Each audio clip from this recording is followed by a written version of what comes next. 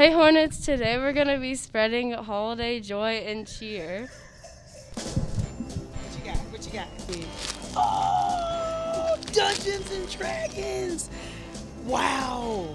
Yes, priceless. I don't know what to say.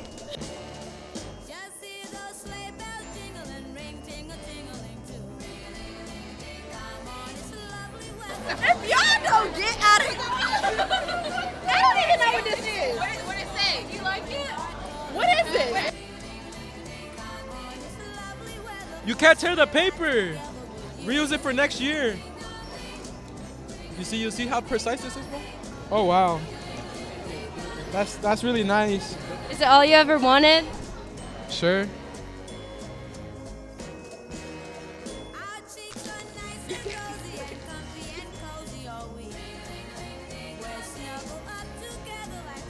Pillowcases. Oh my God, is that what you always wanted?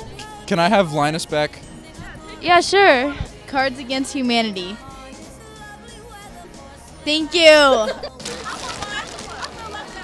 what are you trying to say? What are you trying to say? Eggy time egg boiler. Wow. Now I know if my eggs are soft, medium, or hard. Nice. I knew you'd want it. I'm always watching. Hi Hornets, I'm your host Ellie Tibbetts, and now for this week's Buzzworthy announcements. We have held a children's book drive which ends today. Please drop off children's books in room 508 or in front of the Media Center desk. These books will be given to the kids participating in Shop with a Hornet this Sunday. The donations are greatly appreciated. Juniors and seniors, make sure to check your email to see the information on spring parking spots. If any clubs, sports, or other announcements want to be mentioned on a Buzz episode, make sure to scan the QR code and follow us on Instagram. That's all for this week's Buzzworthy announcements. Now, on to sports. Hey Hornets, I'm your host Tania Johnson, and welcome to this week's At the Buzzer. I'm Mr. White Christmas. I'm Mr. Snow. I'm Mr. Icicle. I'm Mr. Ten Below. Our RHS swim and dive team is about halfway done with their season. Within 5 meets, they have seen a lot of swimmers reach their personal bests. They have also qualified for state in many events. In addition to that, all of their girls' relays that qualified for state consisted of the following swimmers: Claire Hicks, Emily Elko, Caitlin Borland, Nisi Reel, and Tyler Goody. Girl. You were doing so good. Did you memorize that? I did it yesterday, actually.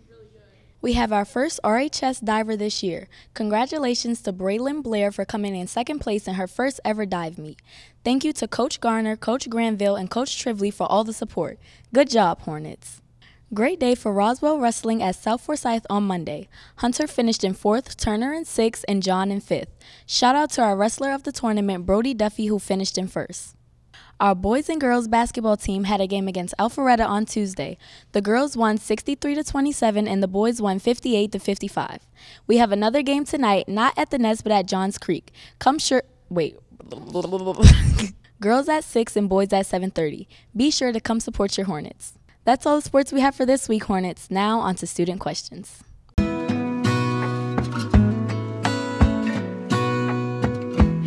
I'm Brenna. And I'm Sarah. And today we're taking over questions. But wait, there's a twist. We have a celebrity guest. Maddie!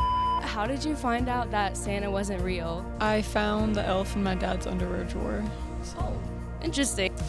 My cousin told me when I was like 5. Oh, was it sad? No. Somebody told me in 2nd grade. How did y'all find out that Santa wasn't real? Wait, what do you mean?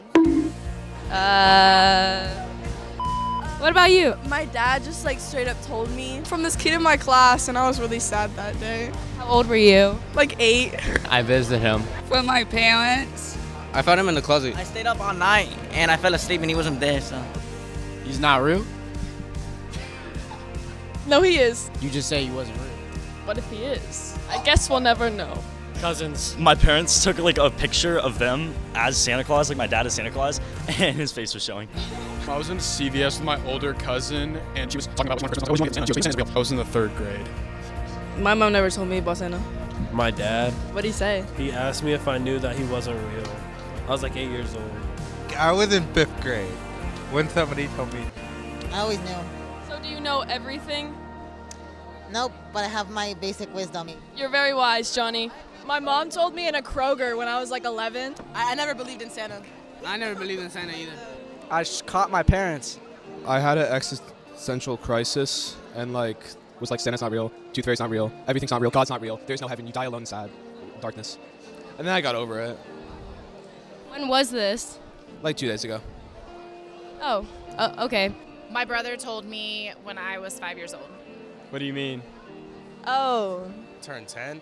My parents told me the elf of the shelf, he wasn't it. Did you ever touch it by accident? One time and I cried. Candy canes or hot chocolate? Hot chocolate all the way. Oh, hot chocolate. Hot chocolate. Hot chocolate. Hot chocolate. Hot chocolate. Marshmallows. Hot chocolate. Hot chocolate. Candy canes in the hot chocolate. Hot chocolate. Candy canes. Candy canes. Candy canes. Hey Hornets, this is Linus Ingram, and today we're going to be interviewing Andrew Stevens, the president of Film Club.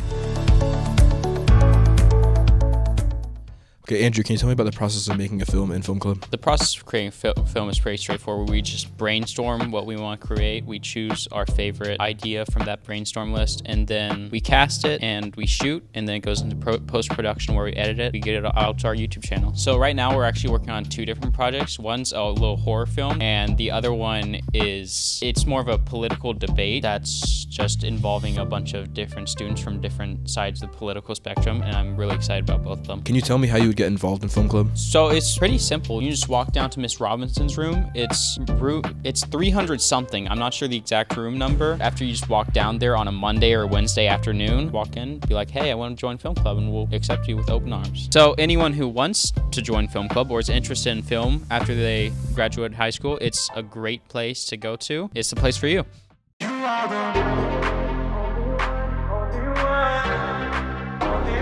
My name is Alan Raskin. I'm 16 years old and I'm the chapter president of my school's Best Buddies. I'm also a former Global Ambassador and Young Leaders Council member for Best Buddies. Best Buddies is an international nonprofit organization focused on creating inclusion between those with and without intellectual and developmental disabilities through our one-to-one friendships, integrated employment, inclusive living, and leadership development.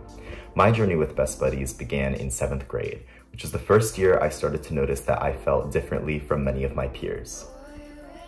Growing up Jewish, being a part of the LGBTQ community, and coming from an immigrant family, I truly had to learn to cherish my identity. I heard the derogatory and sometimes hateful language used by the peers around me against the communities I'm a part of, and felt that as a result, I didn't belong in my school community, or in any academic space for that matter. But just as I thought that speech could only be used as a weapon in my school, Best Buddies helped teach me that it could easily be my greatest strength. Having conversations with others in my chapter on this topic helped me realize that the feeling of being out of place that I experienced for much of middle school and high school is an unfortunately common experience among many students, especially those with intellectual or developmental disabilities. Hearing that inspired me to use speech as a tool to create inclusion. In my role as a Global Ambassador and a Young Leaders Council member, I focused my efforts on starting that conversation about inclusion with fellow students, students from other schools, school administrators, businesses, and more.